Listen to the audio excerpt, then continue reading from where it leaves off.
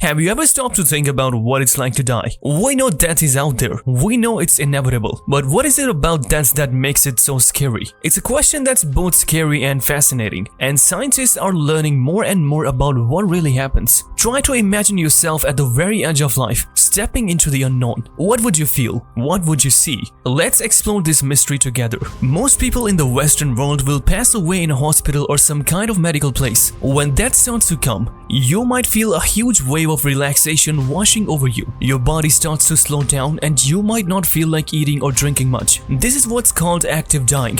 At this stage, you might only want a little sip of water or a tiny bit of food. It's almost like your body is whispering to you, take it easy, it's time to let go. As you go deeper into this phase, you might feel really tired, and you could start to drift off into sleep. This is where things get really interesting. Research has shown that a lot of people at this stage have super vivid dreams. Imagine seeing loved ones who've already passed away or reliving the best moments of your life. These dreams are so real and so clear. But now you're mostly asleep, and it's tough for anyone to wake you up. It's as if your body is getting you ready for the biggest adventure of all, wrapping you in a blanket of dreams that comfort and soothe you. People who were unconscious and then woke up have shared something amazing. They often think they were only asleep for a short time, even if it's been days. It's a weird timeless state where the line between dreams and reality gets all blurry. So, what's it like to die? It's a journey filled with peace and dreams that are full of meaning. It's like your mind is setting you up for the final adventure, surrounding you with memories and visions that comfort you. When you think about it, death might not be the scary, painful thing we all worry about. It could be a gentle slide into dreams, a last gift of grace from our bodies and minds. Even though this journey into the unknown is still a mystery, with every discovery, we're getting closer to understanding what it truly means to die. Near-death experiences, or NDEs as they are commonly called, are extraordinary accounts of individuals who have come close to death and then miraculously recovered. These experiences are often described as deeply profound and can vary greatly from person to person. Many individuals report feeling as though they're floating above their bodies, observing events unfold from a distance. This out-of-body experience can include seeing medical staff working to revive them or watching their body from above.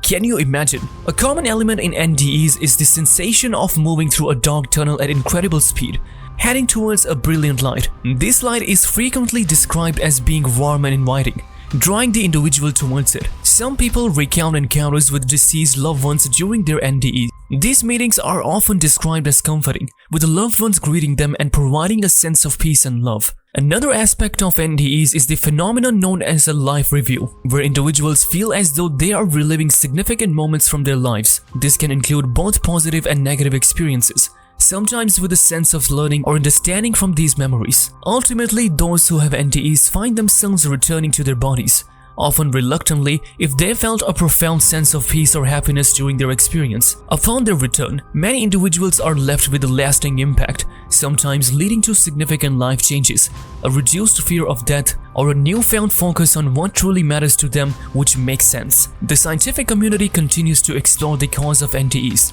Some researchers suggest that these experiences may be the result of brain activity under extreme stress or oxygen deprivation. Others are more open to the possibility that NDEs could offer a glimpse into an afterlife or a spiritual dimension that exists beyond our current understanding. Regardless of their cause, NDEs provide a unique perspective on the mystery of death and the potential existence of worlds beyond our own. So here's the thing about the final stages of life. You might not even realize you're drifting in and out of consciousness. It's a bit like when you're hit with a bad cold or the flu, and getting out of bed feels like an impossible task. But when you're in the process of dying, sleep doesn't give you that refreshing feeling. Instead, you're stuck with this constant, overwhelming tiredness. As you find yourself slipping away more often, it gets tricky to give you medicine by mouth. That's when syringe pumps or suppositories come into play, making sure you get the meds or pain relief you need. Your heart starts to beat a little weaker, your blood pressure drops, and your organs, including your brain, start to wind down. It's like your brain is trying to save energy as it slowly fades out, and this leads to a loss of control. You've probably heard those stories about people seeing a light or moving towards it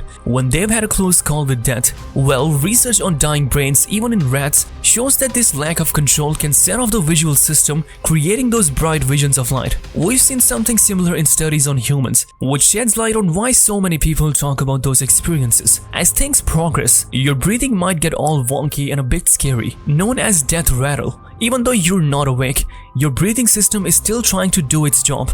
But since you're not really aware of your mouth and throat, saliva starts to pool, making a sound every time you breathe. All these changes your body goes through are like nature's way of making the shift from life to death a bit smoother. Sure, it can be unsettling, but knowing what to expect takes away some of the mystery, showing us that dying is just another part of life's journey. It can be quite alarming for those nearby, the death rattle. But the truth is, the person who is dying isn't feeling any distress. Instead, they're in a state of deep psychological relaxation. Now here's where things get really fascinating. Scientists have found that the brain doesn't just quietly shut down as we approach death.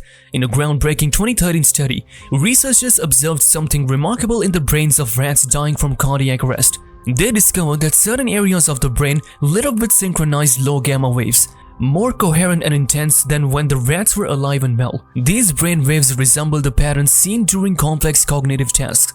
This discovery raised a big question: what's happening in human brains as we die? To explore this, researchers conducted a study involving 567 men and women who were on the brink of death but were brought back through CPR. The findings were nothing short of miraculous. The brains of these individuals were intensely active, and those who survived described lucid, vivid experiences. They reported sensations of detachment from their bodies, observing events without pain or worry, reflecting on their lives, and even evaluating their actions towards others. This intense brain activity is believed to be linked to the disinhibition that occurs in our brains as we die. This disinhibition also activates the parts of the brain responsible for memory, allowing some people to relive stored memories. However, not everyone who is resurrected can recall these experiences. Some remember every detail vividly, while others have no memory of what occurred. In essence, dying is a complex process involving a series of physical and neurological changes, all working together to ease the transition from life to death. This exploration into the unknown is a profound area of study, showing that death might be far more peaceful and less frightening than we often fear. Imagine being on the brink of death, your brain lighting up like the 4th of July, yet feeling an overwhelming sense of homecoming. That's what some folks report, even as their brain scans show a wild, unchecked party going on upstairs. And get this, there was this one study where a guy's brain activity as he was dying looked a lot like someone tripping on DMT, a powerful psychedelic. But hold on, because newer research tells us that what people experience right before they kick the bucket isn't like any ordinary hallucination, illusion, or even a dream. So what's going through people's minds? Are there things everyone wishes they'd done differently? When we take a closer look at those final heartbeats, it turns out the mind goes on a pretty wild ride. Those who've come back from the brink often talk about feeling super peaceful, like they've found the ultimate chill pill. They say these experiences are more real than real life, packed with clarity and deep sense of why we're all here. It's interesting to hear that many people think about their relationships and how they've connected with others. Love, forgiveness, and making up after a fight are big themes here. It's not uncommon for folks to go through a highlight reel of their lives, reliving the best and sometimes the not-so-great moments and really getting what their actions meant to others. When it comes to regret, they're usually about the big stuff, like love and following your heart, rather than wishing they'd bought that fancy car or something. Many wish they'd spend more time with their loved ones or chase their dreams without being scared. If all of this is true, what do you think will come to your mind as your last thought? Let us know in the comments below. Hit the like and subscribe button for more.